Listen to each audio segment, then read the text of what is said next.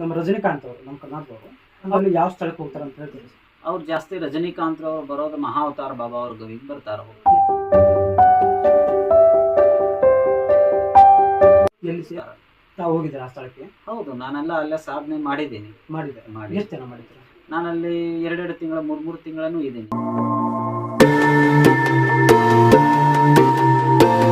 ಹೋಮ ಇವಾಗ ತುಪ್ಪದಿಂದ ಮಾಡೋ ಸಹಜ ಹೋಮ. ಹೌದು. ತಾವೇನೋ ಇದು ನೀರಿಂದ ಮಾಡ್ತೀವಿ ಅಂತ ಪಣ ತೊಟ್ಟಿದ್ದಾರೆ, ನಿಜಾನ? ಏನೋ ತಗೊಂಡಿದ್ನಿ ಅಂತ ನನಗೆ ಗೊತ್ತಿಲ್ಲ. ಅಲ್ಲ, ನಾನು ತುಪ್ಪ ಇಟ್ಟಿದ್ರಂತೆ, ಅದು ತುಪ್ಪನೇ ಮಾಡಿ ನಾನು ನೀರು ಸುರು ಬಿಟ್ಟಿದ್ದೀನಿ.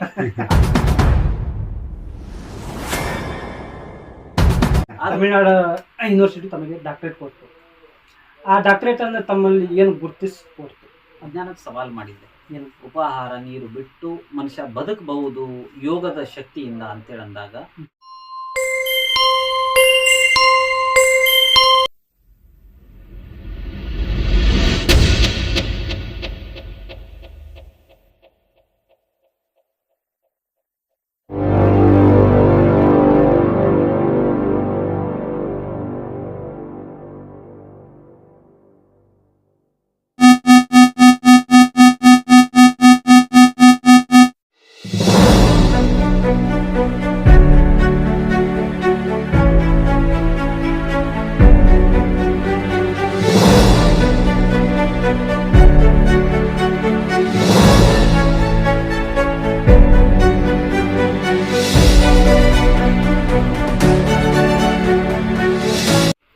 ವೀಕ್ಷಕರೇ, ಎಲ್ಲರಿಗೂ ನಮಸ್ಕಾರ. ನಮಸ್ತೆ ಕರ್ನಾಟಕ ನ್ಯೂಸ್ಗೆ ತಮಗೆಲ್ಲ ಸ್ವಾಗತ. ನಾನು ಮಂಜುನಾಥ್. ಲಕ್ಷ್ಮೀಪುರ ತಾಲೂಕು, ಗದಗ ಜಿಲ್ಲಾ, ಆದಳ್ಳಿ ಗ್ರಾಮದಲ್ಲಿ ಡಾಕ್ಟರ್ ಕುಮಾರ್ ಮಹಾರಾಜ್ ಅಂದ್ರೆ ಡಾಕ್ಟರ್ ಅವರು ಈ ಚಿಕ್ಕ ವಯಸ್ಸಿನಲ್ಲಿ ಇದು ಡಾಕ್ಟರೇಟ್ ತಗೊಂಡ್ರೆ ನಿಜವಾಗ್ಲೂ ಅವರು ಗ್ರೇಟೇ. ಸತತ 7ನೇ ಬಾರಿ ಸಿದ್ಧಿ ಸಮಾಧಿಯ ಅನುಷ್ಠಾನವನ್ನು ಕೈಗೊಂಡಿದ್ದಾರೆ. ಆ ಸಿದ್ಧಿ ಸಮಾಧಿ ಅನುಷ್ಠಾನವನ್ನ ಅದರ ಉದ್ದೇಶ ಅಂದ್ರೆ 12 ದಿನ ಗುಹೆಯಲ್ಲಿರುವುದು, ಅನ್ನ ನೀರು ಇಲ್ಲದೆ 12 ದಿನಗಳ ಕಾಲ. ಅಂದ್ರೆ 12 ದಿನಗಳ ಕಾಲನು ಉಪಾಸನೆ ಇರೋದು, ಒಂದು ತೊಟ್ಟು ನೀರು ಕುಡಿಯಂಗಿಲ್ಲ. ಏನು ಅದಕ್ಕೆ ಮಾಡ್ತಾ ಇರೋದು ಉದ್ದೇಶ ಏನು, ಅದಕ್ಕೆ ಕಾರಣ ಏನು, ಆ 12 ದಿನಗಳ ಕಾಲ ಅವರು ಹೇಗಿರ್ತಾರೆ ಒಳಗಡೆ ವೀಕ್ಷಕರೇ, ಅದನ್ನೆಲ್ಲ ಸಂಬಂಧಪಟ್ಟ ಹಾಗೆ ಕೇಳೋಣ. ನಮ್ಮ ಜೊತೆ ಕುಮಾರ್ ಮಹಾರಾಜ್ ಗುರುಗಳೇ, ಅವ್ರ ಬಾಯಿದ್ದಾನೆ ಕೇಳೋಣ. ಹಾಗಾದ್ರೆ ಬನ್ನಿ ಗುರುಗಳೇ. ನಮಸ್ಕಾರ. ಶಿವ ಗುರುಗಳೇ, ಇವಾಗ ಸಿದ್ಧಿ ಸಮಾಧಿ ಅನುಷ್ಠಾನ ಅಲ್ವಾ, ಸತತ 7ನೇ ಬಾರಿ ಮಾಡ್ತಾ ಇದ್ದೀರಾ. 7ನೇ ಬಾರಿ ಮಾಡ್ತಾ ಇದ್ದಾಗೆ ಇವಾಗ ತಾವು ಯಾವ ಉದ್ದೇಶ ಇಟ್ಕೊಂಡು ಮಾಡ್ತಿದ್ದೀರಾ? ಲೋಕ ಕಲ್ಯಾಣಕ್ಕೋಸ್ಕರ ಮಾಡ್ತಾ ಇದ್ದೀರಾ ಹೇಗೆ ಅಂತೇಳಿ ಸ್ವಲ್ಪ ವೀಕ್ಷಕರೇ ತಿಳಿಸಿ ಹೇಳ್ಬಿಡಿ ಗುರುಗಳೇ. ವಿಶೇಷವಾಗಿ ಬಸವಾದಿ ಪ್ರಮುಖರನ್ನ ಗವಿಸಿದ್ದೇಶ್ವರನ್ನ ಸ್ಮರಣೆಗೆ ವಿಶೇಷವಾಗಿ ಅನುಷ್ಠಾನದ ಮೂಲ ಉದ್ದೇಶಗಳು. ಅನುಷ್ಠಾನ ಅನ್ನೋದು ಯೋಗಿ ಜೀವನಕ್ಕೆ ಮತ್ತು ಸ್ವಾಮಿಗಳ ಜೀವನಕ್ಕೆ ಯಾವುದೂ ಕೂಡ ಹೊಸದಾಗೇನಲ್ಲ. ಹಿಂದೆ ಎಲ್ಲ ಋಷಿಮುನಿಗಳು ಅನೇಕ ಅನುಷ್ಠಾನ ಮೂರ್ತಿಗಳಾಗಿ ಕಾಲಾಮೃತವಾಗಿ ಯಡೂರು ಸಿದ್ಧಲಿಂಗೇಶ್ವರರು ಅನೇಕ ಮಹಾತ್ಮರು ಅನುಷ್ಠಾನ ಮೂರ್ತಿಗಳಾಗಿ ಅನುಷ್ಠಾನವನ್ನು ಕೈಗೊಂಡು ಶಿವಯೋಗ ಅನುಷ್ಠಾನ, ಹಠಯೋಗ ಅನುಷ್ಠಾನ ಮತ್ತು ರಾಜಯೋಗ ಅನುಷ್ಠಾನ ಇವೆಲ್ಲವೂ ಅನುಷ್ಠಾನವನ್ನು ಕೈಗೊಂಡು ಅನೇಕ ಮಹಾತ್ಮರು ಕೂಡ ಈ ಭೂಮಿಗೆ ಬಂದು ಅವತರಿಸಿ ನಾಡಿನ ಎಲ್ಲ ಭಕ್ತರಿಗೆ ಆಶೀರ್ವಾದವನ್ನು ಮಾಡಿ ಕೂಡ ಹೋಗಿದ್ದಾರೆ. ಅನುಷ್ಠಾನ ಎಂಬುದು ತನ್ನ ಸ್ವಾಮಿಯ ಸ್ವಯಂ ಒಂದು ಅವರ ವೈಯಕ್ತಿಕ ಜೀವನಕ್ಕೆ ಯಾವುದೂ ಕೂಡ ಬಳಸ್ಕೊಳೋದಿಲ್ಲ. ಅನುಷ್ಠಾನ ಎಂಬುದು ಲೋಕ ಕಲ್ಯಾಣಾರ್ಥವಾಗಿ ಮತ್ತು ನಾಡಿನ ಭಕ್ತರು ಮತ್ತು ಅನೇಕ ಪಶು ಪಕ್ಷಿಗಳು ಮತ್ತು ಪ್ರಕೃತಿಯನ್ನು ಭಗವಂತ ಸಂರಕ್ಷಿಸಲಿ, ಕಾಲಕ್ಕೆ ತಕ್ಕಂಗೆ ಮಳೆ ಕೊಡಲಿ, ಮಳೆಗೆ ತಕ್ಕಂಗೆ ಬೆಲೆ ಕೊಡಲಿ ಅಂಥೇಳಿ ಪ್ರತಿ ವರ್ಷವೂ ಕೂಡ ನಾವು ಇದೇನು ಹೊಸದಾಗಿಲ್ಲ, ನಾವು ಅನುಷ್ಠಾನ ಮಾಡ್ತಾ ಇರೋದು. ಅನೇಕ 2 ತಿಂಗಳ ಕಾಲನೂ ಮಾಡ್ತಾ ಇದ್ದೀನಿ. ಅನೇಕ ಹಿಮಾಲಯದಲ್ಲಿ ಕೂಡ ಮಾಡಿದ್ದೀನಿ. ವಿಶೇಷವಾಗಿ ಅನೇಕ ಸ್ವಾಮಿಗಳು ತಾವೆಲ್ಲ ನೋಡ್ಕೊಂತ ಬಂದಿದ್ದೀರಿ. ಸ್ವಾಮಿಗಳು ಹೆಂಗಾಗಿದ್ದಾರೆ, ಇವತ್ತಲ್ಲಿ ಸ್ವಾಮಿಗಳ ಸ್ಥಿತಿ ಹೆಂಗಿದೆ ಅಂದರೆ ಜಗತ್ತಿನಿಂದ ಸ್ವಾಮಿಗಳು ಹೋಗೋಂಥ ಸ್ಥಿತಿಗತಿಯನ್ನು ತಾವೆಲ್ಲ ನೋಡ್ತಾ ಇದ್ದೀರಿ. ಆದರೆ ಸ್ವಾಮಿ ಆದವನು ಮತ್ತು ಸ್ವಾಮಿಗಳಾದವರು ಜಗತ್ತಿನಿಂದ ಹೋಗೋಕ್ಕಿಂತನೂ ಜಗತ್ತು ಅವ್ರ ಹಿಂದೆ ಬರ್ತಕ್ಕಂಥ ಕೆಲಸಗಳನ್ನು ನಾವೆಲ್ಲ ಕೈಗೊಳ್ಳಬೇಕಾಗ್ತದೆ. ಅಂದರೆ ಸ್ವಾಮಿಗಳು ಕರ್ತವ್ಯವೇನು ಮತ್ತು ಸ್ವಾಮಿಗಳು ಅವರು ನಡೀತಕ್ಕಂಥ ಹಾದಿ ಹೇಗಿರಬೇಕಂದ್ರೆ ಸದಾಕಾಲ ಅನುಷ್ಠಾನದಲ್ಲೇ ಇರಬೇಕು, ಸದಾಕಾಲ ಗುರುವಿನ ಜ್ಞಾನದಲ್ಲಿ ಇರಬೇಕು, ಸದಾಕಾಲ ಭಗವಂತನ ನಾಮಸ್ಮರಣೆ ಒಳಗೆ ನಾವೆಲ್ಲ ಕಾಲವನ್ನು ಕಳೀತಾ ಇರಬೇಕು. ಅಂದಾಗಲೇ ಒಂದು ಸ್ವಾಮಿತ್ವಕ್ಕೆ ಚೈತನ್ಯ ಹೆಸರಾಗಿ ಸ್ವಾಮಿತ್ವವನ್ನು ಬಹುದೂರ ಮತ್ತು ದೀರ್ಘಕಾಲವನ್ನು ನಾವು ಬಾಳಲಿಕ್ಕೆ ಸಾಧ್ಯ ಆಗ್ತದೆ. ಅನೇಕ ಮಹಾತ್ಮರು ಶಿವಯೋಗ ಸಾಧನೆಯನ್ನು ಮಾಡ್ತಾ ಇರ್ತಾರೆ ಮತ್ತು ಅನೇಕ ಮಹಾತ್ಮರು ರಾಜಯೋಗವನ್ನು ಮಾಡ್ತಾ ಇದ್ದಾರೆ. ನೀವು ಎಕ್ಸಾಂಪಲ್ ತಗೊಂಡ್ರಂದ್ರೆ ಸ್ವಾಮಿ ವಿವೇಕಾನಂದರವರು ರಾಜಯೋಗ ಪರಂಪರೆಯಲ್ಲಿ ಬಂದಿರತಕ್ಕಂಥವ್ರು. ಅದಕ್ಕಿಂತನೂ ಮಹಾ ಅವತಾರ್ ಬಾಬಾ ಅವ್ರ ಬಗ್ಗೆ ಕೇಳಪಟ್ಟಿದ್ದೀರಿ ತಾವೆಲ್ಲ. ಮಹಾ ಅವತಾರ್ ಬಾಬಾ ಅವರು ಕೂಡ ಹಿಮಾಲಯ ಪರ್ವತದಲ್ಲಿ ಅನೇಕ ವರ್ಷಗಳ ಕಾಲ ಈಗೂ ಕೂಡ ಜೀವಂತರಿದ್ದಾರೆ. ಮಹಾ ಅವತಾರ್ ಬಾಬಾ ಅವರು ಅವರು ತರ್ತಕ್ಕಂಥ ಯೋಗ ಸೂತ್ರ ಏನು ತಂದಿದ್ದಾರೆ ಅಂದರೆ, ಅವರು ಮಹಾವತಾರ ಬಾಬಾ ಅವರ ಯೋಗಗಳನ್ನು ನೋಡಿದಾಗ ತಾವೆಲ್ಲ ಕ್ರಿಯಾಯೋಗದಲ್ಲಿ ಮಹಾವತಾರ ಬಾಬಾ ಅವರು ಬಂದಿದ್ದಾರೆ. ಮತ್ತು ರಾಜಯೋಗದಲ್ಲಿ ಸ್ವಾಮಿ ವಿವೇಕಾನಂದ ಅಂತಾರು ಮತ್ತು ಲಹರಿ ಮಹಾರಾಜರಂತಾರು, ಇವರೆಲ್ಲ ರಾಜಯೋಗದಲ್ಲಿ ಬಂದಿರ್ತಾರೆ. ಶಿವಯೋಗದಲ್ಲಿ ನಮ್ಮ ಬಸವಾದಿ ಪ್ರಮಥರ ಬಸವಣ್ಣವರಾಗಿರ್ತಾರೆ ಅಪ್ಪ ಬಸವಣ್ಣ ಅವರು ಶಿವಯೋಗ ಸಾಧನೆಯಲ್ಲಿ ಬಂದಿದ್ದಾರೆ. ಅಲ್ಲಮ್ಮ ಪ್ರಭುಗಳು ಮತ್ತು ಅನೇಕ ಮಹಾತ್ ಶಿವಶರಣರು ಕೂಡ ಶಿವಯೋಗದಲ್ಲಿ ಬಂದಿರ್ತಾರೆ. ಹಠಯೋಗದಲ್ಲಿ ಯಾರು ಬರ್ತಾರೆ? ಅಘೋರ ಪರಂಪರೆದವರು ಬರ್ತಾರೆ, ನಾಥ್ ಸಂಪ್ರದಾಯದವರು ಬರ್ತಾರೆ. ಇವೆಲ್ಲ ಹಠಯೋಗದವರು. ಹಠಯೋಗದಲ್ಲಿ 3 ಥರ ಯೋಗಗಳು ಬರ್ತವೆ. ಯಾವ್ಯಾವ ಯೋಗ? ಒಂದು ಹಠಯೋಗದಲ್ಲಿ ಒಂದು ಸಿದ್ಧಿ ಸಮಾಧಿ ಅನುಷ್ಠಾನ, ಒಂದು ಕಡೇಕರಿ ಅನುಷ್ಠಾನ, ಒಂದು ಪಂಚಾಗ್ನಿ ಅನುಷ್ಠಾನ ಅನ್ನೋದು 3 ಸೂತ್ರಗಳು ಬರ್ತವೆ. ಅದರಲ್ಲಿ ನಮ್ಮ ಆಯ್ಕೆ ಮತ್ತು ನಮ್ಮ ದೇಹ ಹೇಗೆ ನಿಯಂತ್ರಣ ಕಟ್ತದೆ ನೋಡಿಕೊಂಡು ಆ ಯೋಗಕ್ಕೆ ಆ ಹರಸಾಹಸಕ್ಕೆ ಕೈ ಹಾಕ್ತಕ್ಕಂಥ ಕೆಲಸಗಳನ್ನು ಮತ್ತು ನಾವು ಸ್ವಾಮಿಗಳಾದರೂ ಮಾಡಬೇಕಾಗ್ತದೆ. ನಾವು ಸ್ವಾಮಿಗಳಾದರೂ ಕೂಡ ಈ ಬಾಹ್ಯ ಪ್ರಪಂಚದ ಅರಿವನ್ನು ಮರೆತು ದೇವನ ಪಾದದ ಅಡಿಗೆ ಹೋಗ್ಬೇಕಾದ್ರೆ ಆ 7 ಚಕ್ರಗಳನ್ನು ಜಾಗೃತ ಮಾಡಿಕೊಂಡು ಆಜ್ಞಾ ಚಕ್ರದಲ್ಲಿ ಅನೇಕ ದೃಷ್ಟಿಕೋನವನ್ನು ಏಕಾಗ್ರತೆಯನ್ನು ಕೈಗೊಂಡು ವಿಶೇಷವಾಗಿ ನಮ್ಮ ಮಹಾತ್ಮರು ಹೇಳ್ತಾ ಬರ್ತಾ ಇರ್ತಾರೆ, ಆ ಮನುಷ್ಯನಿಗೆ ಹೊಟ್ಟೆ ಮತ್ತು ನೀರಡಿಕೆ ದಾಹ ಆಗೋದಿಲ್ಲ. ಯಾಕಂದ್ರೆ ಸ್ಟಾರ್ಟಿಂಗ್ ಕುಂತ ದಿನ ಈಗ ಸಾಯ್ತೇನೇನೋ, ಇನ್ನೊಂದು ತಾಸಿಗೆ ಸಾಯ್ತೇನೆ, ಇನ್ನೊಂದು ಸಮಯಕ್ಕೆ ಸಾಯ್ತೈತೇನೋ ಅನ್ನೋ ಅನುಭವ ಆ ಅನುಷ್ಠಾನದಲ್ಲಿ ಬರ್ತಾ ಇರ್ತತೆ ಪ್ರತಿಯೊಬ್ಬನಿಗೂ. ಅದಕ್ಕೆ ಏನಾದ್ರು ನಾವು ಹೆದರಿ ಬಂದ್ಬಿಟ್ವಿ ಅಂದ್ರೆ ಅದು ಅನುಷ್ಠಾನ ಆಗೋದಿಲ್ಲ. ಅದು ಅನುಷ್ಠಾನ ನಿಜವಾಗ್ಲೂ ಅನುಷ್ಠಾನ ಆಗಬೇಕಾದ್ರೆ ನಾವು ಸಾಯ್ತಾ ಇದ್ದೀವಿ ಅನ್ನೋದು ಪ್ರಜ್ಞೆ ಮೀರಿರ್ಬೇಕು. ನಾವು ಎಲ್ಲಿ ಕುಂತಿದ್ದೇವೆ ಅನ್ನೋದು ಜ್ಞಾನವನ್ನು ಮರೆತು ಕುಂತಾಗ ಅದು ಅನುಷ್ಠಾನ ಆಗ್ತದೆ. ಆ ಅನುಷ್ಠಾನದ ಉದ್ದೇಶ ಇಷ್ಟೇ, ಸಿದ್ಧಿ ಮತ್ತು ಸಮಾಧಿ. ಅಂದರೆ ಸಿದ್ಧಿ ಅನ್ನೋದು ಒಂದು ಮನುಷ್ಯನ ಮುಖ್ಯ ಗುರಿಯಾಗಿದೆ.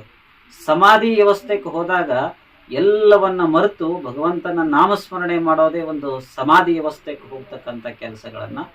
ಹಾಗಾಗಿ ನಾವು ಪ್ರತಿ ವರ್ಷನೂ ಕೂಡ ಈ ಸಿದ್ಧಿ ಸಮಾಧಿ ಅನುಷ್ಠಾನವನ್ನು ಕೈಗೊಂಡು ಬಂದಿದ್ದೇವೆ ಮತ್ತು ಅದು ಜನರಿಗಾಗಿಯೇ ಇರ್ತದೆ. ಮತ್ತು ನಮ್ದೊಂದು ಉದ್ದೇಶ ಇದೆ. ಏನು ಉದ್ದೇಶ ಅಂದರೆ अधर्म को नाश करो, अधर्म को नाश करो, गो का रक्षा करो, अधर्म को नाश करो, गो का रक्षा करो, ಸನಾತನ ಧರ್ಮಕ್ಕೆ ಆಗೆ ಬಡಾವ್.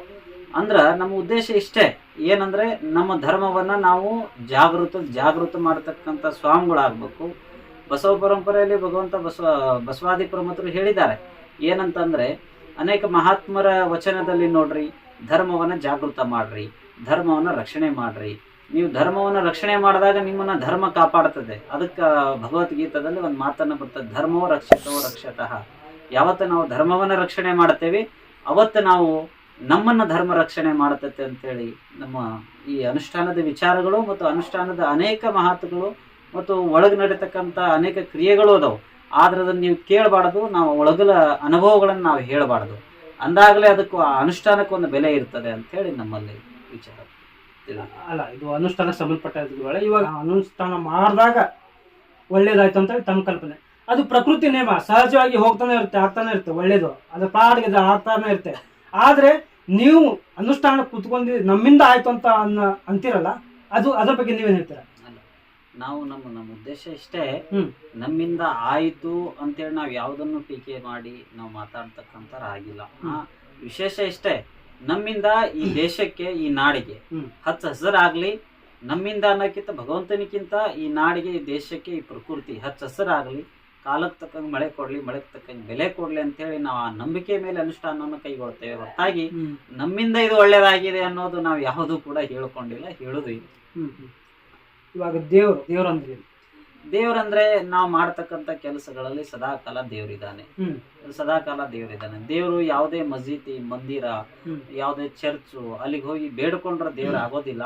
ಯಾರು ಕಷ್ಟದಲ್ಲಿರ್ತಾರೆ ಅವ್ರನ್ನ ಎತ್ತಿ ಹಿಡಿಯೋದೇ ಅದೇ ದೇವ್ರ ಸ್ವರೂಪದ ಕೆಲಸ. ಮತ್ತು ಯಾರು ನೋವಿನೊಳಗಿರ್ತಾರೆ ಅವನಿಗೆ ಸಾಂತ್ವನ ಹೇಳೋದೇ ಅದೇ ದೇವ್ರ ಕೆಲಸ.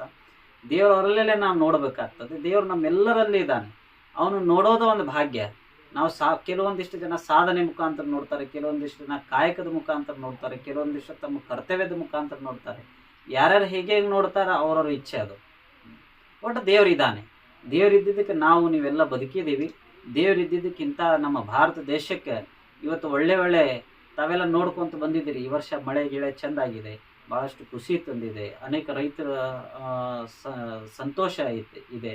ಹಾಗಾಗಿ ದೇವರು ಇದ್ದಿದ್ದಕ್ಕೆ ನಾವೆಲ್ಲರೂ ರಕ್ಷಣೆವಾಗಿ ಮತ್ತು ಸುರಕ್ಷಿತವಾಗಿ ಇದ್ದೀವಿ ನಾವೆಲ್ಲ.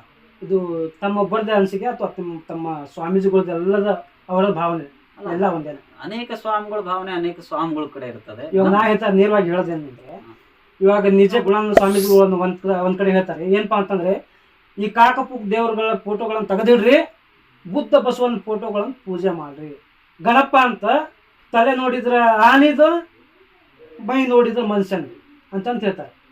ಅಂದ್ರೆ ಅವ್ರ ಬಗ್ಗೆ ಅಂದ್ರೆ ಅವ್ರಿಗೆ ದೇವ್ರ ಬಗ್ಗೆ ಭಯ ಭಕ್ತಿ ಇಲ್ವೇನೋ ಅಂತ, ಅಥವಾ ಅವರ ಭಾವನೆನೇ ಹಾಗೆ ಅಂತ. ಇಲ್ಲ, ನಾವು ಇನ್ನೊಬ್ಬರ ಬಗ್ಗೆ ಇನ್ನೊಬ್ಬರ ಸ್ವಾಮಿಗಳ ಬಗ್ಗೆ ಟೀಕೆ ಟೀಕೆ ಅಲ್ಲ ಸರ್, ನಾವು ಮಾತಾಡ್ತಕ್ಕಂಥ ಆಗೋದಿಲ್ಲ. ವಿಶೇಷವಾಗಿ ಇಷ್ಟೇ, ನಾವು ಹಿಂದೂಗಳು, ನಾವು ಗೋ ರಕ್ಷಣೆಯನ್ನು ಕೂಡ ಮಾಡುತ್ತೇವೆ, ಎಲ್ಲ ದೇವರುಗಳನ್ನು ನಂಬುತ್ತೇವೆ. ಆ ಮೂಲಕ ನಾವು ಬಸವ ಪರಂಪರೆಯಲ್ಲಿ ಬಸವಣ್ಣವರು ಅನುಯಾಯಿಗಳು, ಬಸವ ತತ್ವಗಳನ್ನು ಪಾಲನೆ ಮಾಡುತ್ತೇವೆ ನಾವು. ನಿಜಗುಣಾನಂದ ಪ್ರಭುಗಳು, ನಿಜಗುಣಾನಂದ ಸ್ವಾಮಿಗಳು ಅನೇಕ ಭಾಷಣದಲ್ಲಿ ಹೇಳಿದ್ದಾರೆ ಬಸವ ತತ್ವಗಳನ್ನು. ಅವರು ಹೇಳಿದ್ದು ಕೂಡ ವಚನಗಳನ್ನು ಹೇಳಿದ್ದಾರೆ ಹೊರತಾಗಿ ಅವರು ವೈಯಕ್ತಿಕ ವಿಚಾರಗಳನ್ನು ಹೇಳಿಲ್ಲ. ನಾವೆಲ್ಲ ಅವನ್ನ ನಂಬಬೇಕಾಗ್ತದೆ. ವಿಶೇಷವಾಗಿ ಇಷ್ಟೇ ಏನಂದ್ರೆ, ತಾವೆಲ್ಲ ಮೂಢನಂಬಿಕೆಗೆ ದೂರ ಆಗ್ರಿ ಅಂತ ಹೇಳಿ ಒಂದು ದೊಡ್ಡ ಹೋರಾಟ ಇದೆ. ಅದನ್ನ ನಾವು ನೀವೆಲ್ಲರೂ ಕೂಡ ಸ್ಪಂದಿಸಬೇಕಾಗ್ತದೆ. ಮೂಢನಂಬಿಕೆಗೆ ನಾವು ಕೂಡ ವಿರೋಧ. ಅಂದ್ರೆ ಅವ್ರು ಹೇಳ್ತಾರೆ, ಹಳ್ಳಿಗಳಲ್ಲಿ ಒಂದು ಲಿಂಬೆ ಹಣ್ಣು ಮಾಡಿಟ್ರೆ ನೀವು ಹೆಣ್ಮಕ್ಳು ಜಲ್ದಿ ನಂಬಿಡ್ತೀರಿ, ಅವನ್ನೆಲ್ಲ ಬಿಟ್ಟು ಹಾಕ್ರಿ. ಒಂದು ಕೋಟಿ ಕಾರನ್ನ ಒಂದು 10 ರೂಪಾಯಿ ಲಿಂಬೆ ಹಣ್ಣು, 5 ರೂಪಾಯಿ ಸಿಗೋ ಲಿಂಬೆ ಹಣ್ಣನ್ನ ಟ್ಯಾಲಿ ಮಾಡಿ ನೋಡ್ತೀವಿ ಅಂತ ಹೇಳ್ತಾರೆ ಅವರು. ವಿಶೇಷವಾಗಿ ಅನೇಕ ಎಲ್ಲ ಈ ದೇಶದಲ್ಲಿ ಇಲ್ಲಿ ಕೊಟ್ಟಿರ್ತಕ್ಕಂಥ ದೇವರು ಪ್ರಸಾದದ ಮೂಲಕ ಎಲ್ಲ ಹಣ್ಣಾಗಲಿ, ಕಾಯಿ ಆಗಲಿ, ಕರ್ಪೂರಗಳಾಗಲಿ, ಇವೆಲ್ಲ ಪ್ರಸಾದ ಮುಖಾಂತರ ನಮ್ಮೆಲ್ಲ ಕೊಟ್ಟಿದ್ದಾನೆ. ನಾವೆಲ್ಲವನ್ನು ನಾವು ಯಾವ್ಯಾವನ್ನು ಕಣ್ಣಾರ ನೋಡ್ತಾ ಇದ್ದೇವೆ ಅವೆಲ್ಲವೂ ಸತ್ಯ, ಯಾವ್ಯಾವ ಕಿವಿಯಲ್ಲಿ ನಾವು ಕೇಳ್ತಾ ಇದ್ದೇವೆ ಅವೆಲ್ಲವೂ ಸತ್ಯ ಅಂತೇಳಿ ನಾವು ನಂಬುತ್ತೇವೆ. ಮತ್ತು ಅನೇಕ ನಾವು ಇನ್ನೊಬ್ಬರ ಬಗ್ಗೆ ಟೀಕೆಯನ್ನು ಮಾಡೋದಿಲ್ಲ, ಇನ್ನೊಬ್ಬರ ಬಗ್ಗೆ ಟೀಕೆ ಮಾಡ್ತಕ್ಕಂಥವ್ರು ಇಲ್ಲ. ನಾವು ಎಲ್ಲರನ್ನು ನಂಬುತ್ತೇವೆ, ಎಲ್ಲರೂ ನಮ್ಮ ಆತ್ಮೀಯ ಪೂಜ್ಯರೇ, ಮತ್ತು ಎಲ್ಲರ ಜೊತೆನೂ ಕೂಡ ನಾವಿರ್ತೇವೆ. ಅಂದ್ರೆ ಚಾರ್ಧಾಮ ಬಗ್ಗೆ ನಿಮ್ಮ ಅನಿಸಿಕೆ ಏನು ಸರ್? ಚಾರ್ಧಾಮ ಅಂತೇಳಿ ಬಂದಾಗ ಕೇದಾರ, ಬದ್ರಿ ಮತ್ತು ಗಂಗೋತ್ರಿ, ಯಮುನೋತ್ರಿ ಇವು ತನ್ನದೇ ಆದ ವಿಶೇಷ ಸ್ಥಾನಮಾನವನ್ನು ಪಡೆದಿದ್ದಾರೆ. ಕೇದಾರದಲ್ಲಿ ಈಗ ಕೇದಾರ ಪೀಠದ್ದು ಅದು ನಮ್ಮ ಭಾರತದ ನಮ್ಮ ಕರ್ನಾಟಕದ ಮುಖ್ಯ ಪೂಜಾರಿಗಳು ರಾಹುಲ್ಜಿ ಅಂತ ಹೇಳಿ ಭೀಮಾಶಂಕರ್ ಜಗದ್ಗುರು ಅಲ್ಲಿ ನಮ್ಮ ಕರ್ನಾಟಕದವರು ಪೂಜಾರಿಗಳಿದ್ದಾರೆ. ಮತ್ತು ಬದ್ರಿನಾಥದಲ್ಲಿ ಕೇರಳದವರು ಮುಖ್ಯ ಪೂಜಾರಿಗಳಿದ್ದಾರೆ. ಮತ್ತು ಜೋಶಿ ಮಠದವರಂತೆ ಇದರಲ್ಲಿ ಯಮುನೋತ್ರಿಯಲ್ಲಿದ್ದಾರೆ. ಅನೇಕ ಒಂದೊಂದು ಪೀಠದ್ದು ಕೂಡ ಒಂದೊಂದು ದೊಡ್ಡ ದೊಡ್ಡ ಮಹತ್ವಗಳು ಕೂಡ ಇದಾವೆ. ಅನೇಕ ಚಾರ್ಧಾಮ ಯಾತ್ರೆ ಅಂತ ಅಂದ್ರೆ 3 ಕಾಶಿಗಳು ಬರ್ತಾವೆ, ಉತ್ತರ ಕಾಶಿ, ದಕ್ಷಿಣ ಕಾಶಿ, ಗುಪ್ತ ಕಾಶಿ. ಇವು 3 ಕಾಶಿಗಳು ಬಂದಾಗ ಇವು ತನ್ನದೇ ಆದಂಥ ಒಂದು ಛಾಪನ್ನು ಮೂಡಿದ ಪಂಚಪಾಂಡವರ ಕಾಲದಲ್ಲಿ ಕೂಡ ಅನೇಕ ಶಂಕರಾಚಾರ್ಯರು ಕೂಡ ಇದಕ್ಕೆ ಅಭಿವೃದ್ಧಿ, ಈ ಧರ್ಮವನ್ನು ಕಟ್ಟಲಿಕ್ಕೆ ಮತ್ತು ಈ ಚಾರ್ಧಾಮನ್ನು ಉಳಿಸ್ಲಿಕ್ಕೆ ಕಾರಣೀಭೂತರು ಕೂಡ ಹೌದು. ಹಾಗಾಗಿ ನಾವೆಲ್ಲ ಅವ್ರನ್ನೆಲ್ಲ ಸ್ಮರಿಸಬೇಕಾಗ್ತದೆ. ಅವೆಲ್ಲ ಹಿಂದೂ ಸನಾತನ ಧರ್ಮಕ್ಕೆ ಒಂದು ಕಳಸಪ್ರಾಯವಾಗಿ ಕಟ್ಟ ಕಡೆ ಒಂದು ಹಿಮಾಚಲ ತುದಿಯಲ್ಲಿ ಒಂದು ಧರ್ಮಕ್ಕೆ ಒಂದು ಕಳಸದ ಪ್ರಾಯವಾಗಿ ಇದಾವೆ. ಆಮೇಲೆ ನಮ್ಮ ರಜನಿಕಾಂತ್ ಅವರು, ನಮ್ಮ ಕರ್ನಾಟಕದವರು, ಅವರು ಯಾವ ಚಾರ್ಧಾಮದಲ್ಲಿ ಯಾವ ಸ್ಥಳಕ್ಕೆ ಹೋಗ್ತಾರೆ ಅಂತ ಹೇಳ್ತಾರೆ? ಅವ್ರು ಜಾಸ್ತಿ ರಜನಿಕಾಂತ್ ಅವರು ಬರೋದು ಮಹಾವತಾರ ಬಾಬಾ ಅವ್ರ ಗವಿಗೆ ಬರ್ತಾರ. ಎಲ್ಲಿ ಬರ್ತಾರೆ ಅದು? ಮಹಾವತಾರ ಬಾಬಾ ಅವರ ಗಂಗೋರಿ ಅಂತ ಹೇಳಿ ಒಂದು ಊರು ಬರ್ತದೆ. ಅದು ಮೂಲತಃ ನಾವು ಯಾವ ರೋಡಿಗೆ ಹೋಗೋದಂದ್ರೆ, ಮೂಲತಃ ನಾವು ಡೆರಾಡೋನ್ಲಿಂತ್ರ ಬರ್ಬೇಕಾಗ್ತದೆ. ಡೆರಾಡೋನ್ಲಿಂತ್ರ ಬಂದು ನಾವು ಗಂಗೋರಿ ಗ್ರಾಮಕ್ಕೆ ಹೋಗ್ಬೇಕಂದ್ರೆ ಯಮುನೋತ್ರಿ ರೋಡಿಗೆ ಬರುತ್ತದೆ. ಯಮುನೋತ್ರಿಲಿಂತ್ರ ಗಂಗೋತ್ರಿಗೆ ಹೋಗೋ ರೋಡಿಗೆ ಆ ಗಂಗೋರಿ ಗ್ರಾಮಲಿಂತ್ರ ಒಂದು 30 ಕಿಲೋಮೀಟರ್ ಪಾಡ್ನಲ್ಲಿ ಹೋಗ್ಬೇಕಾಗ್ತದೆ. ಆ ಅನುಷ್ಠಾನಕ್ಕೆ ಅಲ್ಲಿ ಪ್ರತಿ ವರ್ಷ ರಜನಿಕಾಂತ್ ಅವರು ಅನುಷ್ಠಾನಕ್ಕೆ ಹೋಗ್ತಾರೆ. ತಾವು ಹೋಗಿದ್ದೀರಾ ಆ ಸ್ಥಳಕ್ಕೆ? ಹೌದು, ನಾನೆಲ್ಲ ಅಲ್ಲೇ ಸಾಧನೆ ಮಾಡಿದ್ದೀನಿ. ನಾನಲ್ಲಿ 2 ತಿಂಗಳ 3 ತಿಂಗಳೂ ಇದ್ದೀನಿ. ಗಂಗೋತ್ರಿಯಲ್ಲಿ ನಾನು 3 ವರ್ಷ ಇದ್ದೀನಿ. ಎಲ್ಲ ಕಡೆನೂ ಬಂದಿದ್ದೀನಿ ಆಲ್ಮೋಸ್ಟ್. ಅಲ್ಲ ಸರ್, ಇವಾಗ ರಜನಿಕಾಂತ್ ಅವ್ರು ಕೂರ್ತಾರಲ್ಲ, ಯಾವ ಸ್ಥಳ ಸರ್ ಅದು? ಅದು ಮಹಾ ಅವತಾರ ಬಾಬಾ ಅವ್ರ ಗವಿ ಅಂತ ಬರ್ತದೆ. ಗವಿ ಅಲ್ವಾ? ಹೌದು. ಅಲ್ಲಿ ಊಟ ನೀರು ಇಲ್ಲಿಂದ ಕೊಡ್ಬೇಕಾ ಹೆಂಗೆ? ಇಲ್ಲ ಪ್ರಸಾದದ ವ್ಯವಸ್ಥೆ ಎಲ್ಲ ಇರ್ತದೆ. ಹ್ಮ್. ನಿಮ್ಮ ಸಾಮರ್ಥ್ಯ ಹೇಗಿರ್ತದೆ, ನಿಮ್ಮ ಬಾಡಿ ಕಂಟ್ರೋಲ್ ಮಾಡತಕ್ಕಂತ ಶಕ್ತಿ ಹೇಗಿರ್ತದೆ ನೋಡಿಕೊಂಡು ಹ್ಮ್. ಅದ್ರ ಮೇಲೆ ತಾವು ಕೆಲವೊಬ್ಬರು ಡ್ರೈ ಫ್ರೂಟ್ಸ್ ನಲ್ಲಿ ಇರ್ತಾರೆ, ಕೆಲವೊಬ್ಬರು ಹನಿ ಮೇಲೆ ಇರ್ತಾರೆ, ಹನಿ ಅಂದ್ರೆ ಜೇನುತುಪ್ಪದ ಮೇಲೆ ಇರ್ತಾರೆ, ಕೆಲವೊಬ್ಬರು ಬಿಸಿನೀರಿನ ಮೇಲೆ ಇರ್ತಾರೆ. ಯಾರ್ಯಾರ ಪುಣ್ಯ ಹೇಗಿರ್ತದೆ, ತಮ್ಮ ಫಲ, ಪ್ರಾರಬ್ಧ ಕರ್ಮ ಮತ್ತು ತಾವು ನಿಮ್ಮ ಪೂರ್ವಜರು ಮಾಡಿರ್ತಕ್ಕಂಥ ಪುಣ್ಯಲೇ ನಾ ಈ ಜನ್ಮದ ಸ್ವಾಮಿ ಆಗಿಬಿಟ್ಟೀನಿ, ಅಥವಾ ನೀವು ನಿಮ್ಮ ಪೂರ್ವಜರು ಮಾಡಿರ್ತಕ್ಕಂಥ ಒಂದು ಪುಣ್ಯಲೇ ನೀವು ರಿಪೋರ್ಟರ್ ಆಗಿಬಿಟ್ಟಿರಿ. ಹಂಗೆ ಅನೇಕ ಎಲ್ಲರೂ ಅವ್ರವ್ರು ಮಾಡಿರ್ತಕ್ಕಂಥ ಪುಣ್ಯಲ್ಲಿ ಭಗವಂತ ನಾಮ ಸ್ಮರಣೆ ಅನೇಕ ರೀತಿಯಲ್ಲಿದ್ದಾವೆ. ಅವ್ರಿಗೆ ಹೇಗೆ ಅನುಕೂಲ ಆಗ್ತದೆ ಹಂಗೆ ಮಾಡ್ತಾರೆ. ಇವಾಗ ಕೊನೆಯದಾಗಿ ಬಂಜಾರ ಒಬ್ಬ ಗುರುಗಳಾಗಿ ಬಂಜಾರ ಜನತೆಗೆ ಏನು ಹೇಳಿ ಇಷ್ಟಪಡ್ತಾರೆ? ಅಂದರೆ ತಮ್ಮ ದೃಷ್ಟಿಯಲ್ಲಿ ಅವರು ಅಭಿವೃದ್ಧಿ ಹೊಂದ್ತಾ ಇದ್ದಾರಾ ಅಥವಾ ಯಾವುದೋ ತುಳಿತಕ್ಕೆ ಈಡಾಗ್ತಾ ಇದ್ದಾರಾ? ಬಂಜಾರ ಕಮ್ಯುನಿಟಿ ಬಗ್ಗೆ ನಾನು ವಿಶೇಷವಾಗಿ ಹೇಳ್ಬೇಕಂದ್ರೆ ಬಹಳಷ್ಟು ಶ್ರಮಜೀವಿಗಳು ಬಂಜಾರ ಕಮ್ಯುನಿಟಿ. ಬಂಜಾರ ಕಮ್ಯುನಿಟಿ ಬಗ್ಗೆ ನಾನು ಟೀಕೆ ಮಾಡ್ತಕ್ಕಂಥದ್ದು ಏನಿಲ್ಲ, ಯಾಕಂದರೆ ಅದೇ ಧರ್ಮದಲ್ಲಿ ನಾನು ಹುಟ್ಟಿ ವಿರಕ್ತ ಪರಂಪರೆಗೆ ಕೂಡ ಬಂದಿದ್ದೇನೆ. ಆ ಪರಂಪರೆ ಬಗ್ಗೆ ಬಹಳಷ್ಟು ಗೌರವ ಇದೆ. ಸಂತ ಸೇವಾಲಾಲ್ ಮಹಾರಾಜರು ನಡೆದಕ್ಕಂಥ ಹಾದಿ ಒಳಗೆ ಅನೇಕ ಆ ಧರ್ಮದ ಸ್ವಾಮಿಗಳು ನಡಿಬೇಕಾಗ್ತದೆ. ಯಾವ ಧರ್ಮದ ಸ್ವಾಮಿಗಳು? ಬಂಜಾರ ಸಮಾಜದೇನು ಸ್ವಾಮಿಗಳು ಇದ್ದಾರಲ್ಲ, ಆ ಧರ್ಮಕ್ಕೆ ಮತ್ತು ಆ ಧರ್ಮದ ಪರವಾಗಿ ಕೆಲಸಗಳನ್ನು ಮಾಡಬೇಕಾಗ್ತದೆ. ಮತ್ತು ಅದರಲ್ಲಿ ಅನೇಕ ಸ್ವಾಮಿಗಳಾಗಿದ್ದಾರೆ. ಅದರಲ್ಲಿ ಒಬ್ಬರು ಸ್ವಾಮಿಗಳು ಮಾಡತಕ್ಕಂಥದ್ದಾದರೆ ಬಹಳಷ್ಟು ಸೂಕ್ತ ಆಗ್ತದೆ ಮತ್ತು ಸಮಾಜ ಒಂದು ಕಡೆ ಬರಲಿಕ್ಕೆ ಸಾಧ್ಯ ಆಗ್ತದೆ ಅಂತೇಳಿ ನಮ್ದೊಂದೊಂದು ಕಳಕಳಿ. ತಾವು ಮಾಡ್ಬೋದಲ್ಲ, ತಾವೇ ಪ್ರಯತ್ನ ಮಾಡ್ಬೋದು. ಇಲ್ಲ, ನಾವು ವಿರಕ್ತ ಪರಂಪರೆಗೆ ಬಂದಿದ್ದೇವೆ. ಗವಿಸಿದ್ದೇಶ್ವರ ಮಠಕ್ಕೆ ನಾವು ಮರಿದೇವರಾಗಿ ನಿರಂಜನ ಪಟ್ಟಾಧಿಕಾರಕ್ಕೆ ನಮ್ಮ ಗುರುಗಳು ಒಪ್ಪಿಕೊಂಡಿದ್ದಾರೆ. ಹಾಗಾಗಿ ಆ ಧರ್ಮಕ್ಕೆ ನಾವು ಆಶೀರ್ವಾದವನ್ನು ಮಾಡ್ತೀವಿ. ನಮ್ಗೆ ಯಾರಾದರೂ ಆದರೂ ಪರವಾಗಿಲ್ಲ, ನಾವು ಆಶೀರ್ವಾದವನ್ನು ಮಾಡ್ತೀವಿ ಮತ್ತು ಅವ್ರ ಜೊತೆಗೆ ನಾವಿದ್ದು ಆ ಕೆಲಸಗಳನ್ನು ಮಾಡತಕ್ಕಂಥವ್ರು ಆಗ್ತೀವಿ. ಅಲ್ಲ ಬರೋದೆ, ಇವಾಗ ನಾನೊಬ್ಬ ಬಂಜಾರ ಸಮುದಾಯದವರು. ನಾನು ಬಂಜಾರ ಸಮುದಾಯದಲ್ಲಿ ಗುರುಗಳಾಗಕ್ಕೆ ನಾನು ಇಷ್ಟಪಡ್ತೀನಿ. ಅದನ್ನು ಬಿಟ್ಟು ಬೇರೆ ವರ್ಗಕ್ಕೆ ಹೋಗಿ ನಾನು ಗುರುಗಳ ಗುರುತಿಸ್ಕೊಂಡಿಲ್ಲ. ಆಯಾ ಧರ್ಮಕ್ಕೆ ಆಯಾ ಗುರು ಅಂತೇಳಿ ಗುರುತಿಸ್ಕೊತಾರೆ. ಆಗ ತಾವ್ಯಾಕೆ ಮಾಡಲಿಲ್ಲ ಅಂತ ಹೇಳಿ ನಮ್ಮದೇ ಒಂದೇ ಉದ್ದೇಶ. ನನಗೆ ಜಾತಿ ಧರ್ಮ ಅಂದರೆ ನನಗೆ ಯಾಕೋ ಸರಿ ಅನ್ಸಲ್ಲ.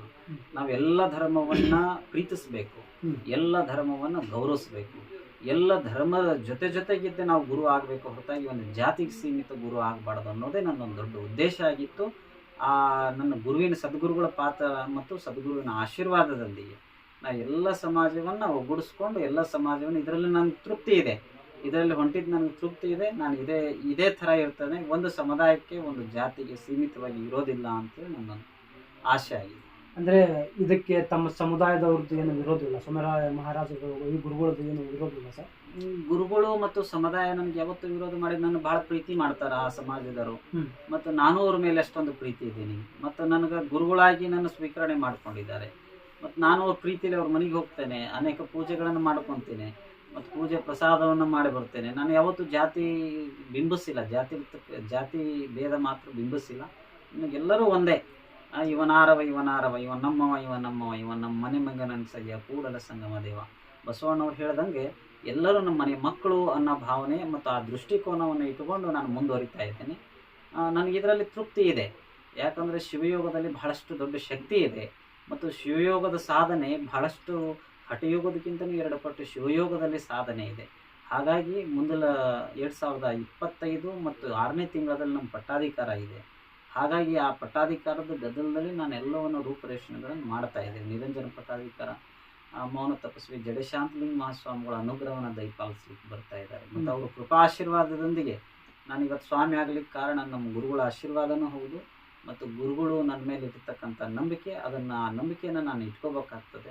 ನಾನು ಇಷ್ಟ ಹೇಳೋದು ಬಂಜಾರ ಸಮಾಜದ ಭಕ್ತರಿಗೆ, ತಮ್ಮ ಧರ್ಮದಲ್ಲಿ ಧರ್ಮವನ್ನು ವರ್ಣಭೇದ ಜಾತಿ ಭೇದಕ್ಕಿಂತಲೂ ತಮ್ಮ ಸಮಾಜದ ಒಬ್ಬರು ಒಳ್ಳೆ ಸ್ವಾಮಿಗಳನ್ನ ಬೆಳೆಸರಿ ಮತ್ತು ತಮ್ಮ ಸಮಾಜದೊಳಗೆ ಒಂದು ಒಳ್ಳೆ ಸಾಧಕರು ನೀವು ಏನಾದ್ರು ಹುಟ್ಟಾಕಿದ್ದೇ ನಿಜವಾದ ಆದರೆ ನಿಮ್ಮ ಸಮಾಜ ಭಾಳಷ್ಟು ದೊಡ್ಡ ಪ್ರಮಾಣದಲ್ಲಿ ಬೆಳೀತಿದೆ ಅಂತೇಳಿ ನಾವು ಹರಿಸ್ತೇವೆ. ಅಲ್ಲ ಗುರುಗಳು, ಇವಾಗ ತಮ್ಮ ಬಂಜಾರ ಸಮುದಾಯದವರು ಅಷ್ಟು ಭಯಭಕ್ತಿ ಇದ್ದವರು ಮೊನ್ನೆ ಕೊನೆಯ ಅನುಷ್ಠಾನದ ದಿವಸಕ್ಕೆ ಯಾಕೆ ಕರೆಯಲಿಲ್ಲ? ಎಲ್ಲರನ್ನೂ ಕರೆದಿದ್ದೇನೆ. ಇಲ್ಲ ಬಂದಿಲ್ಲ.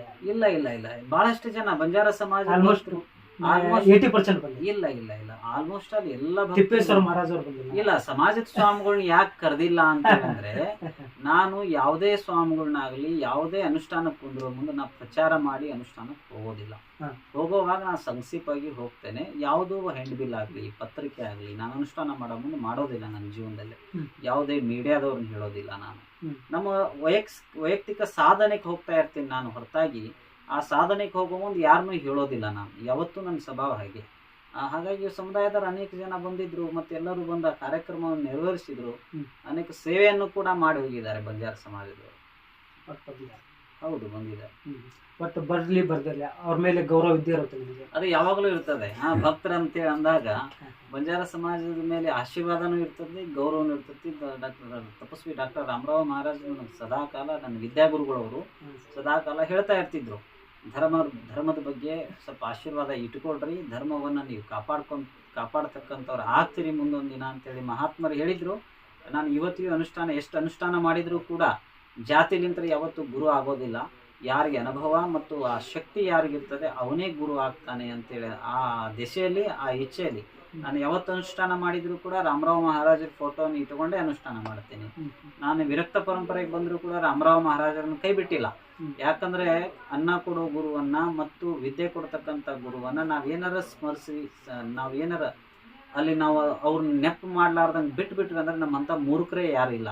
ಹಾಗಾಗಿ ಗುರುವಿನನ್ನ ಸ್ಮರಣೆ ಮಾಡೋದು ನಾವು ಸ್ಮರಣೆ ಮಾಡ್ತಕ್ಕಂಥವ್ರು ಆಗಬೇಕು. ಮತ್ತು ಗುರುದ್ರೋಹಿಗಳಾಗಬಾರ್ದು ನಾವೆಲ್ಲ. ಯಾವುದೇ ಧರ್ಮದ ಗುರುಗಳು ಇರಲಿ, ಅವೆಲ್ಲರೂ ಕೂಡ ನನ್ನ ಗುರುಗಳು ಅಂತೇಳಿ ನಾನು ಹರಿಸ್ಕೊಂಡು ಮತ್ತು ಅವರ ಆಶೀರ್ವಾದದೊಂದಿಗೆ ನಾವು ಇಷ್ಟೆಲ್ಲ ಅನುಷ್ಠಾನವನ್ನು ಸಕ್ಸಸ್ ಕಂಡಿದ್ದೀನಿ. ಮತ್ತು ಅನೇಕ ಮಠದ ಕೆಲಸಗಳಲ್ಲಿ ಅಭಿವೃದ್ಧಿ ಕಾರ್ಯಗಳನ್ನು ಕೂಡ ನಾನು ಯಶಸ್ವಿ ಕಂಡಿದ್ದೀನಿ. ಅನೇಕ ಇಷ್ಟೇ ನಾನು ಸಮಾಜದವ್ರಿಗೆ ಹೇಳೋದಿಷ್ಟೇ, ಸಮಾಜದವ್ರು ಎಲ್ಲರೂ ಒಗ್ಗೂಡಿಸ್ಕೊಂಡು ಸಮಾಜ ಸೇವಾ ಮಾಡ್ರಿ ಅಂತೇಳಿ ನಾನು ಹೇಳಕ್ಕೆ ಇಚ್ಛಪಡ್ತೀನಿ. ಸಾರಿ, ಹೋಮ ಇವಾಗ ತುಪ್ಪದಿಂದ ಮಾಡೋ ಸಹಜ ಹೋಮ. ಹೌದು, ತಾವೇನೋ ಇದು ನೀರಿಂದ ಮಾಡ್ತೀವಿ ಅಂತೇಳಿ ಪಣ ತೊಟ್ಟಿದ್ದಾರೆ, ನಿಜಾನ? ಇಲ್ಲ ಇಲ್ಲ, ನಾನು ಯಾವತ್ತೂ ಕೂಡ ಅಂತ ಹರಸಾಹಸದ ಕೆಲಸಕ್ಕೆ ಕೈ ಹಾಕಕ್ಕೆ ಹೋಗಿಲ್ಲ. ಗುರುವಿನ ಇಚ್ಛೆ ನನ್ನ ಕೈಯಾಗ ಏನು ಸಿಗ್ತದೆ ಅದನ್ನು ಹೋಮ ಮಾಡಿದ್ದೀನಿ. ಅವತ್ತೇನೋ ತಗೊಂಡಿದ್ನಿ ಅಂತ ನನಗೆ ಗೊತ್ತಿಲ್ಲ. ಅಲ್ಲ, ನಾನು ತುಪ್ಪ ಇಟ್ಟಿದ್ರಂತೆ, ಅದು ತುಪ್ಪನೇ ಮಾಡಿ ನಾನು ನೀರು ಸುರು ಬಿಟ್ಟಿದ್ದೀನಿ. ಅದು ಬೆಂಕಿ ಹತ್ತೈತಿ, ನನಗೆ ಗೊತ್ತಿಲ್ಲ ಅದು ಯಾವ್ದು ಬೆಂಕಿ ಹತ್ತ. ಹೌದು, ಬೆಂಕಿ ಹತ್ತತ್ತು. ಅದು ಬೆಂಕಿ ಹತ್ತತ್ತಂತ ಭಕ್ತರು ಅಂದ್ರೆ ಹೊರತಾಗಿ ನಾನು ಹಚ್ಚಿದ್ದೀನಿ ಅಂತೇಳಿ ಯಾವತ್ತೂ ಹೇಳಿಲ್ಲ. ನಾನು ಅದನ್ನ ಪವಾಡ ಮಾಡ್ತೀನಿ ಅಂತೇಳಿ ಹೋದವರಲ್ಲ. ಅದು ತುಪ್ಪ ಅಂತೇಳಿ ನೀರು ತಗೊಂಡು ಸುರು ಬಿಟ್ಟಿದ್ದೆ ನಾನು ಅವತ್ತಿನ ದಿನ. ಅದು ಆರ್ತು. ಅದು ಒಂದು ನಂಬಿಕೆ ಮತ್ತು ಆ ದೇವರ ಆಶೀರ್ವಾದದಿಂದ ಅದು ಚೆನ್ನಾಗಿ ಪೂಜೆ ಆಯ್ತು ಅವತ್ತು. ಅನೇಕ ಅದಕ್ಕೆ ಭಕ್ತರೇ ಸಾಕ್ಷಿ.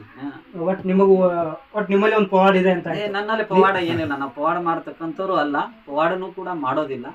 ನಾನು ಹೇಳೋದಿಷ್ಟೇ, ಒಬ್ಬ ಸ್ವಾಮಿ ಜೀವನ, ಸ್ವಾಮಿ ಅನ್ನೋನು ಸಮಾಜದ ಒಡೆಯನಲ್ಲ, ಸ್ವಾಮಿ ಅನ್ನೋನು ಸಮಾಜ ಸೇವಕ, ಸಮಾಜ ಸೇವಾ, ಭಕ್ತರ ಸೇವಾ ಮತ್ತು ನಿತ್ಯ ದಾಸೋಹ ಮತ್ತು ಬಸವಣ್ಣವರ ಕಾಯಕ ಮತ್ತು ಇಷ್ಟಲಿಂಗ ಪೂಜೆ ಇವು ನನ್ನ ಮುಖ್ಯ ಗುರಿಯಾಗಿದೆ. ಅದಕ್ಕಾಗಿ ನನ್ನ ಜೀವನ ಇರಲ ಮಟ್ಟನೂ ಮುಡುಪಾಗಿದೆ. ತಮಿಳುನಾಡು ಯೂನಿವರ್ಸಿಟಿ ತಮಗೆ ಡಾಕ್ಟರೇಟ್ ಕೊಡ್ತು. ಆ ಡಾಕ್ಟರೇಟ್ ಅಂದ್ರೆ ತಮ್ಮಲ್ಲಿ ಏನು ಗುರುತಿಸ್ಕೊಡ್ತು ಅನ್ನೋದು ಸ್ವಲ್ಪ ವೀಕ್ಷಕರಿಗೆ ಹೇಳಿ. ತಮಿಳುನಾಡು ಯೂನಿವರ್ಸಿಟಿ ನಾನು 2020ರಲ್ಲಿ ಅನುಷ್ಠಾನಕ್ಕೆ ಕುಂತಿದ್ದೆ 64 ದಿನ. ಅದು ಯಾವ ಅನುಷ್ಠಾನ ಸರ್? ಅದೇ ಸಿದ್ಧಿ ಸಮಾಧಿ ಅನುಷ್ಠಾನ 62 ದಿನ. ನಾನು ವಿಜ್ಞಾನಕ್ಕೆ ಸವಾಲು ಮಾಡಿದ್ದೆ. ಉಪಾಹಾರ ನೀರು ಬಿಟ್ಟು ಮನುಷ್ಯ ಬದುಕಬಹುದು ಯೋಗದ ಶಕ್ತಿಯಿಂದ ಅಂತೇಳಿ ಅಂದಾಗ ಡೆಲ್ಲಿ ಯೂನಿವರ್ಸಿಟಿಯವರು ತಮಿಳುನಾಡಲ್ಲಿ ನನ್ನ ಕರೆಸಿ ಡಾಕ್ಟರೇಟ್ ಕೊಟ್ಟರು. ನೆಕ್ಸ್ಟು ನಾನು ಹಿಮಾಲಯ -ಡಿಗ್ರಿಯಲ್ಲಿ 300 ದಿನ ಕುಂತಿದ್ದೆ. ಒಮ್ಮೆ ಮೈನಸ್ ಡಿಗ್ರಿಯಲ್ಲಿ ಅವಾಗೊಮ್ಮೆ ನನಗೆ ಆ ದಾಖಲೆ ಮತ್ತು ಈ ದಾಖಲೆಯನ್ನು ತರಿಸ್ಕೊಂಡು ಡಾಕ್ಟರ್ನ ಗುರುತಿಸಿಕೊಟ್ಟು ಆ ಡಾಕ್ಟರೇಟ್ ನನ್ನ ಪಾಲಿಗೆ ನಾನು ಕಾಟಾಚಾರಕ್ಕೆ ತೊಗೊಂಡಿದ್ದೀನಿ. ಆದರೆ ಅದೆಲ್ಲದೂ ಕೂಡ ನನ್ನ ಗುರುವಿನ ಪಾದಕ್ಕೆ ಸಮರ್ಪಣೆ ಆಗಲಿ ಅಂತೇಳಿ ನಾನು ಬೇಡ್ಕೊಂಡೆ. ಹಿಮಾಲಯದಲ್ಲಿ ಅಲ್ಲಿ ಇವಾಗ ಭಕ್ತರು ಹೋಗ್ಬೇಕಂತ ಒಂದು ಏನೋ 4 ಧಾಮದಲ್ಲಿ ಒಂದು ಧಾಮ್ ನೋಡ್ಬೇಕು ಭಕ್ತರ ಆಸೆ. ಅದಕ್ಕೆ ಹೋಗೋ ಪ್ರೊಸೀಜರ್ ಏನು ಸ್ವಲ್ಪ ಭಕ್ತರಿಗೆ ಹೇಳಿ. ಅಲ್ಲ, 4 ಧಾಮ್ ಯಾತ್ರೆ ಮಾಡೋದು ಬಹಳಷ್ಟು ಸುಲಭ ಇದೆ. ಡೆಲ್ಲಿಗೆ ಹೋಗತಕ್ಕಂಥ ಕೆಲಸಗಳನ್ನು ಮಾಡಬೇಕು. ಅದಕ್ಕೇನೋ ಮೆಡಿಕಲ್, ಅದಕ್ಕೇನು 4 ಧಾಮ್ ಯಾತ್ರೆಗೇನು ಯಾವುದೇ ಮೆಡಿಕಲ್ ಇದೇನು ಬೇಕಾಗಿಲ್ಲ. ಫಸ್ಟ್ ಫಾರ್ಮ್ ರಿಜಿಸ್ಟರ್ ಮಾಡಿಸ್ಬೇಕಾಗ್ತದೆ. ಡೆಲ್ಲಿಗೆ ಹೋಗಿ ಡೆಲ್ಲಿಲಿಂದ ಹರಿದ್ವಾರ ಹೋಗಿ ಹರಿದ್ವಾರಲಿಂದ ಋಷಿಕೇಶ್ ಹೋಗ್ಬೇಕಾಗ್ತದೆ. ಋಷಿಕೇಶ್ಲಿಂದ ನೀವು ಸಿವಿಲ್ ಟ್ಯಾಕ್ಸಿನಾದರೂ ಮಾಡ್ಕೋಬಹುದು, ಗೌರ್ಮೆಂಟ್ ಟ್ಯಾಕ್ಸಿಯಲ್ಲಿ ಹೋಗ್ಬೋದು. ನೀವು ಫಸ್ಟ್ ಯಮನೋತ್ರಿ, ಗಂಗೋತ್ರಿ, ಬದ್ರಿನಾಥ್, ಕೇದಾರ್ನಾಥ್ ನೀವು 4 ಧಾಮ ಯಾತ್ರೆಗಳನ್ನ ಮಾಡ್ಕೊಂಡು ನೀವು ಮತ್ತು ಋಷಿಕೇಶಿಗೆ ಬಿಡ್ತಾರೆ. ಅಲ್ಲಿಂದ ನೀವು ಯಥಾಸ್ಥಿತಿ ಹೆಂಗೆ ಬಂದಿರ್ತೀರಿ ಹಂಗೆ ಹೋಗ್ಬೋದು. ಮತ್ತು ನೀವು ಏನಾರ ಅಮರನಾಥ್ ಯಾತ್ರೆಗೆ ಹೋಗ್ತೇನೆ ಅಂದರೆ 3-4 ತಿಂಗಳ ಫಸ್ಟ್ ರಿಜಿಸ್ಟರ್ ಫಾರ್ಮ್ ಮಾಡಬೇಕಾಗ್ತದೆ, ಮೆಡಿಕಲ್ ಚೆಕಪ್ ಆಗ್ತದೆ. ಅಮರನಾಥ್ ಯಾತ್ರೆಗಾದರೆ ಸ್ವಲ್ಪ ಕ್ರಿಟಿಕಲ್ ಇರ್ತದೆ, ಅದು 60 ವರ್ಷದ ಮೇಲೆ ಪರ್ಮಿಷನ್ ಕೊಡೋದಿಲ್ಲ. ಮತ್ತು ಏನಾರ ಕಾಯಿಲೆ ದೇಹಕ್ಕೆ ಏನಾರ ಇದು ಇತ್ತಂದ್ರೆ ಅದಕ್ಕೂ ಪರ್ಮಿಷನ್ ಕೊಡೋದಿಲ್ಲ. ನೀವು ಅಮರನಾಥ್ ಹೋಗೋಂಥವ್ರಾದರೆ 6 ತಿಂಗಳ ಮುಂಚೆನೇ ಅದಕ್ಕೆ ತಾವು ಪ್ರೊಸೀಜರ್ ಅದಕ್ಕೊಂದು ಫಾರ್ಮ್ ಸಿಗ್ತದೆ ರೀ, ಯಾತ್ರಾ ಫಾರ್ಮ್. 2 ಮಾರ್ಗ ಬರ್ತವೆ, ಒಂದು ಸೋನಾ ಮಾರ್ಗ ಕಡೆಲಿಂದ, ಒಂದು ಪೇಲ್ಗಾಮ್ ಕಡೆಲಿಂದ. ಪೇಲ್ಗಾಮ್ಗೆ ಹೋದ್ರೆ ಸ್ವಲ್ಪ ದೂರ ಆಗ್ತದೆ, ಅಲ್ಲಿಂದ ಸ್ವಲ್ಪ ಹಗರ ಆಗ್ತದೆ ಪೈದಲ್ ಯಾತ್ರೆ ಮಾಡಲಿ. ಸೋನಾ ಮಾರ್ಗಲಿಂದ ಹೋದ್ರೆ ಭಾಳಷ್ಟು ಟಫ್ ಚಂದನವಾಡಿಲಿಂದ ಭಾಳಷ್ಟು ಟಫ್ ಆಗ್ತದೆ, ಕಷ್ಟ ಆಗ್ತದೆ ಹತ್ತಲಿಕ್ಕೆ. ತಾವೆಲ್ಲ ಹೋಗ್ಬೋದು ಬರ್ಬೋದು, ತೀರ್ಥಯಾತ್ರೆಯನ್ನು ಮಾಡಬೇಕಾಗ್ತದೆ. ತೀರ್ಥಯಾತ್ರೆ ನಾವೇನು ಮಾಡ್ತೀವಿ ಮತ್ತು ಭಗವಂತ ನಾಮಸ್ಮರಣೆ ಆ ಯಾತ್ರೆಯಲ್ಲಿ ಯಾವಾಗ ತೊಗೊತೀವಿ ನಮ್ಮ ದುಷ್ಟ ಚಟಗಳು ದೂರ ಆಗ್ತವೆ, ಮತ್ತು ಮನೆಯಲ್ಲಿ ನೆಮ್ಮದಿಯನ್ನು ಶಾಂತಿಯನ್ನು ಇದು ಮಾಡಲಿಕ್ಕಾಗ್ತದೆ. ಮತ್ತು ನಾವು ಧರ್ಮವಂತರು ಸಂಸ್ಕಾರವಂತರು ಆಗ್ಲಿಕ್ಕೆ ಇವೆಲ್ಲ ತೀರ್ಥಯಾತ್ರೆಗಳನ್ನು ನಮ್ಮ ಜೀವನದಲ್ಲಿ ಅವಶ್ಯವಾಗಿ ಮಾಡ್ಬೇಕಾಗ್ತದೆ. ಜೀವನದಲ್ಲಿ ಮಾಡಲಿಕ್ಕೆ ಹೌದು. ಯಾರೇ ಆಗಲಿ, ಗಂಡಾಗಲಿ ಹೆಣ್ಣಾಗಲಿ ವರ್ಣಭೇದ ಇಲ್ಲ ಇಲ್ಲಿ. ಎಲ್ಲರೂ ಕೂಡ ತೀರ್ಥಯಾತ್ರೆಗಳನ್ನು ಮಾಡಬೇಕಾಗ್ತದೆ. ತೀರ್ಥಯಾತ್ರೆ ಮಾಡೋದು ಪುಣ್ಯ ನಾವು ಸಾಯೋ ಕಾಲಕ್ಕೂ ಬಿಟ್ಬೋದು, ಈಗಾಗಲೇ ನಾವು ಇರೋ ಕಾಲಕ್ಕೂ ನಮ್ಮನ್ನು ಅದು ದೊರಿಬಹುದು. ಆ ತೀರ್ಥಯಾತ್ರೆಯಲ್ಲಿ ಅನೇಕ ಶಕ್ತಿ ಇದೆ. ಇವಾಗ ಇದು ಒಂದು ನಿಜನ ಸರ್, ಅದು ಗುರುಗಳೇ, ಈಗ ಗಂಗಾ ನದಿಯಲ್ಲಿ ಮುಳುಗಿದ್ರೆ ನಮ್ಮ ಪಾಪ ಎಲ್ಲ ತೊಳೆದು ಹೋಗ್ತದೆ, ನಿಜನ? ಇದ್ರ ಬಗ್ಗೆ ಹೇಳ್ತೀರಾ? ಅಲ್ಲ, ಗಂಗಾ ನದಿಯಲ್ಲಿ ಮುಳುಗಿದ್ರೆ ಪಾಪಗಳು ಹೋಗ್ತವು ಅನ್ನೋಕ್ಕಿಂತನೂ ನಾವು ಮಾಡ್ತಕ್ಕಂಥ ಕರ್ಮ ಮತ್ತು ನಾವು ಮಾಡ್ತಕ್ಕಂಥ ಫಲಗಳು ಕ್ರಿಯಾಬದ್ಧವಾಗಿ ಇದ್ದಾಗ ನೀವು ಗಂಗಾ ನದಿಗೆ ಹೋಗಿ ಅದರ ಬರೀ ದರ್ಶನದಿಂದ ನಮ್ಮ ಪಾಪಗಳು ದೂರ ಆಗ್ತವೆ. ಅದ್ರ ಮುಳುಗಿದ್ರೆ ಅಷ್ಟೇ ಅಲ್ಲ, ಅದರ ದರ್ಶನದಿಂದ ನಮ್ಮ ಪಾಪಗಳು ದೂರ ಆಗ್ತವೆ. ಕಾಶಿಯಲ್ಲಿ ಅನೇಕ ಈ ಭೂಮಿಯಲ್ಲಿ ಅನೇಕ ಭಗವಂತ ಎಲ್ಲರಲ್ಲಿ ಇದ್ದಾನೆ, ಗಂಗಾ ನದಿಯಲ್ಲಿ ಇದ್ದಾನ, ಎಲ್ಲ ಇದರಲ್ಲಿ ಕೂಡ ಭಗವಂತ ಇದ್ದಾನೆ. ಹಾಗಾಗಿ ಆ ಭಗವಂತನ ಪಾದಕ್ಕೆ ನಾವೆಲ್ಲ ಅರ್ಪಣೆ ಆಗ್ಬೇಕು ಮತ್ತು ಭಗವಂತನ ಆಶೀರ್ವಾದ ಮತ್ತು ತಗೊಂತ ಇರ್ಬೇಕು. ಪ್ರಶ್ನೆ ಬೇಜಾರಾಗ್ತದೆ. ಇಲ್ಲಿ ಹಾವೇರಿ ಜಿಲ್ಲೆಯಲ್ಲಿ ಇದ್ರೆ, ಇವಾಗ ಗದಗ ಜಿಲ್ಲೆಯಲ್ಲಿ ಇದೆ. ಅಲ್ಲಿ ಹಾವೇರಿ ಜಿಲ್ಲೆ ಇದ್ದಿದ್ದಕ್ಕೂ ಮತ್ತು ಗದಗ ಜಿಲ್ಲೆಯಲ್ಲಿ ಇದ್ದಕ್ಕೂ ನಿಮಗೆ ಏನು ಅನ್ನಿಸ್ತಾ ಇದೆ? ಅಲ್ಲ, ಇದು ಹಾವೇರಿ ಜಿಲ್ಲೆ ಬೇರೆ ಇಲ್ಲ, ಗದಗ ಜಿಲ್ಲೆ ಬೇರೆ ಇಲ್ಲ, 2 ಜಿಲ್ಲೆನೂ ನನವೇ. 2 ಜಿಲ್ಲೆಗೆ ಬಹಳಷ್ಟು ಅಭಿಮಾನ ಇದೆ. ನಾನು ಜಾಸ್ತಿ ಅಲ್ಲಿ ಇರ್ತೀನಿ, ಇಲ್ಲಿ ಇರ್ತೀನಿ, ಮತ್ತು ಆ ಮಟ್ಟಕ್ಕೂ ನಾನು ಒಂದು ವಾರದಲ್ಲಿ 2-3 ದಿನ ಇರ್ತೀನಿ. ಈ ಮಠದಲ್ಲಿ ಕೂಡ 2-3 ದಿನ ಇರ್ತೀನಿ. 2 ಕಡೆ ಬರ್ಕೊಂತಿದ್ದೀನಿ. 2 ಜಿಲ್ಲೆ ಮೇಲೆ ಅಭಿಮಾನ ಹಾಗೆ ಇದೆ. ಅಲ್ಲ, ತಮ್ಮ ಅಭಿಮಾನ ಇದ್ದೇ ಇರುತ್ತೆ. ತಮ್ಮ ಖುಷಿ ಕೊಟ್ಟಿದ್ದು ಯಾವ ಜಿಲ್ಲೆ? 2 ಜಿಲ್ಲೆ. ಅಲ್ಲ, ಸ್ವಾಮಿ ಜೀವನಕ್ಕೆ ಯಾವತ್ತೂ ಸಂತೋಷ ಅನ್ನೋದೇ ಇಲ್ಲ.